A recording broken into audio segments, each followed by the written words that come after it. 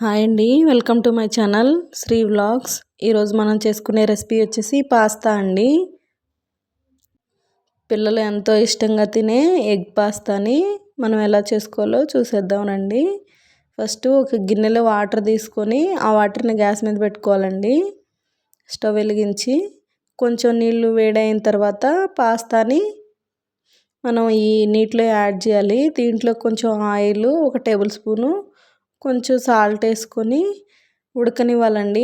దీన్ని మధ్య మధ్యలో తిప్పుకుంటూ ఉండాలి పాస్తా అనేది, లేకపోతే అడుగంటుతుంది. ఆయిల్ వేయటం వల్లేమో ఈ పాస్తా అనేది ఒకదాన్నొకటి అంటుకోకుండా ఉంటుంది. అందువల్ల కొంచెం ఆయిల్ యాడ్ చేయాలండి. మధ్య మధ్యలో కలుపుకుంటూ తీసుకొని చూసుకోవాలండి ఉడికిందా లేదా పాస్తా అనేది.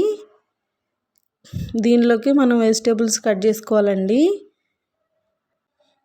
పాస్తా ఉడికిన తర్వాత దీన్ని పక్కన పెట్టుకొని వెజిటేబుల్స్ తీసుకొని మనకి ఏ వెజిటేబుల్స్ అయితే ఇష్టమో అంటే carrot, beans, onion, capsicum, sweet corn ఇవి వేసుకోవచ్చండి. మీ ఇష్టం, మీకు ఏ వెజిటేబుల్స్ కావాలంటే అన్నీ కాదు కొన్ని. నేనైతే ఆనియను, బీన్స్, క్యారెట్ తీసుకున్నానండి. కడాయి పొయ్యి మీద పెట్టుకొని 1 టేబుల్ స్పూన్ ఆయిల్ వేసుకొని ఆ ఆయిల్ హీట్ అయిన తర్వాత మనం ముందుగా కట్ చేసి పెట్టుకున్నటువంటి ఆనియను, బీన్స్, క్యారెట్, ఒక మిర్చి కట్ చేసుకున్నానండి నేను. అవి అన్నీ యాడ్ చేసుకొని మంచిగా ఫ్రై చేసుకోవాలి. నేనైతే అలాగే ఫ్రై చేసుకున్నాను.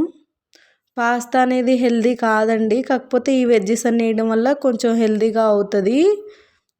దీనిలో కొంచెం ఈ వెజ్జెస్లో కొంచెం సాల్ట్ వేసుకొని మంచిగా కలుపుకుంటూ ఫ్రై చేసుకోవాలండి. కొంచెం ఈ వెజ్జెస్ అన్నీ కొంచెం సాఫ్ట్ అవుతాయి, సాల్ట్ వేస్తే తొందరగా వేగుతాయి. వేగిన తర్వాత కొంచెం ఈ కూరగాయలన్నీ సైడ్కి అనేసి దీనిలో ఒక 3 ఎగ్స్ వేసుకోవాలండి. మీ ఇష్టం, మీరు ఎన్ని ఎగ్స్ వేసుకోవాలనేది. మీకు ఎగ్ ఇష్టమైతే ఎక్కువ యాడ్ చేసుకోవచ్చు, 4, 5 కానీ.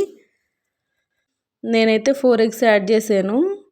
కూరగాయలని సైడ్కి అనుకున్నాం కదా, మధ్యలో ఒక ఆయిల్ వస్తుంది. ఆ ఆయిల్లో ఈ ఎగ్స్ వేసుకొని కొంచెం ఎగ్గులు కొట్టేసిన తర్వాత కొంచెం సేపు వదిలేసి తర్వాత దాన్ని మొత్తం కూరగాయలతో మొత్తం కలిపేసి ఫ్రై చేసుకోవాలండి. ఇవి మంచిగా ఫ్రై అయిన తర్వాత మనం ముందుగా బాయిల్ చేసి పెట్టుకున్నటువంటి పాస్తాని దీనిలో వేసుకోవాలి. సాల్ట్ చూసుకోవాలండి, సరిపోతే పర్లేదు, లేదంటే కొంచెం యాడ్ చేసుకోవాలి. బయట సూపర్ మార్కెట్లో, బయట షాపులో దొరుకుతుందండి పాస్తా మసాలా. ఆ పాస్తా మసాలా వేసుకొని కలుపుకోవడమే.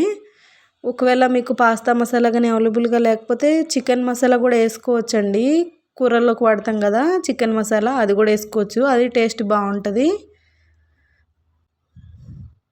ఈ పాస్తా మసాలా వేసుకొని మంచిగా కలుపుకోవాలి. ఈ పాస్తా మసాలా ఈ వెజ్జెస్కి, కూరగాయ ముక్కలకన్నా పాస్తాకి పట్టేలాగా మంచిగా ఒక 5 నిమిషాలు ఫ్రై చేసుకోవాలి. ఫ్రై చేసుకున్న తర్వాత దీన్ని తీసి సర్వ్ చేసుకోవడమేనండి.